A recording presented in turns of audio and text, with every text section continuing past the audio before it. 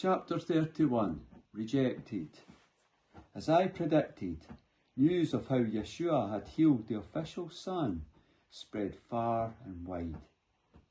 Even when we headed back to his sleepy hometown of Nazareth, people had heard about it. The whole place turned out to greet him when we arrived, and he was swept into the synagogue so they could hear whatever he had to say. But that's when my predictions stopped being right. I thought that Yeshua would have a plan to start small, keeping far away from the gaze of Roman soldiers or religious elites. And when that local support was big enough, he'd march into Jerusalem and demand real change. I was so wrong. It all started out so well at the synagogue. All eyes were on Yeshua as he stood up to teach them. He spoke simply of love and compassion to one another, about honouring God and each other. People loved it and started nodding and speaking their approval. Yeshua, the stonemason, the son of Miriam, where did he get such wisdom? And we have his cousins and family still here with us. That sentiment didn't last long. Yeshua then stood up once more, this time more formally, and everyone went silent before him. People were crowded around waiting to hear more. Yeshua was handed the scroll of the prophet Isaiah. He found the place he was after, and then started to read aloud. God's Spirit is on me. He's chosen me to preach the message of good news to the poor, to set the burdened and battered free, to announce this is God's time to shine.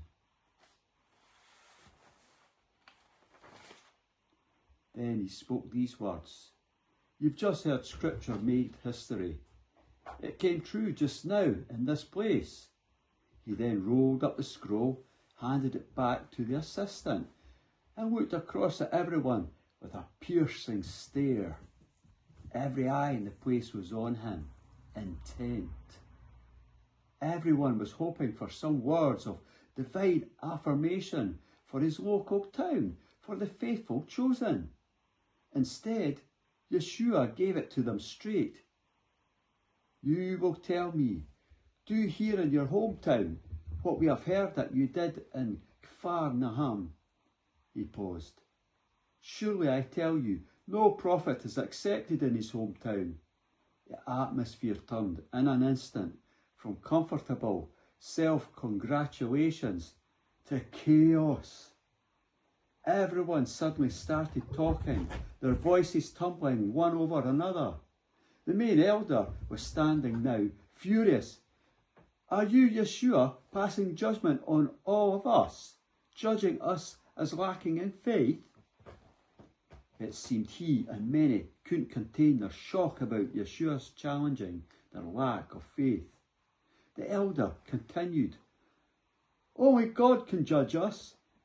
Or are you the great prophet that Moses promised? Are you the voice of the Almighty now? How dare you?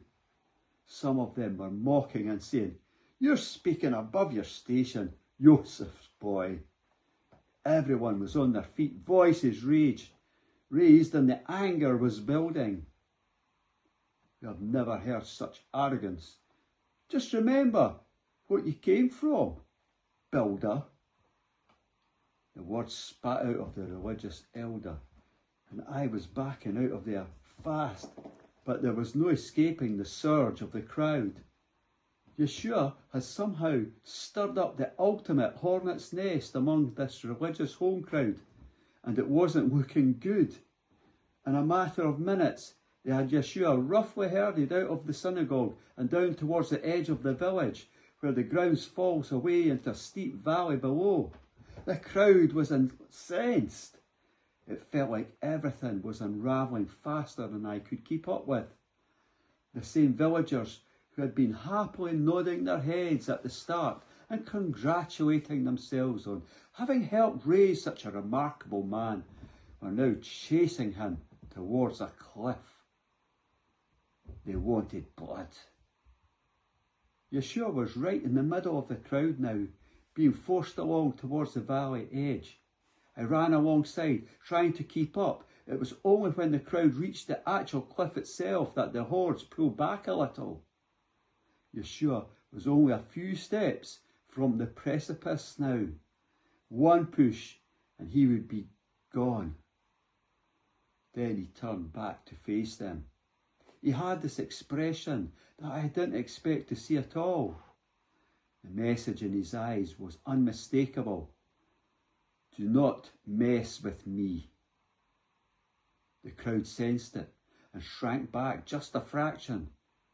Yeshua took one confident step towards them, away from the cliff edge. They moved back again. He took one more step, then shook his cloak and walked steadily away from them along the cliff edge towards the less steep ground. Without a backward glance, he then headed out of Nazareth, with us scuttling along behind him. None of us spoke a word.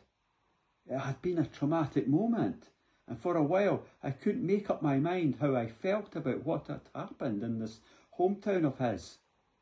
I loved the way he stood up to the mob and stared them down, but I couldn't understand why he had let it get to that stage in the first place.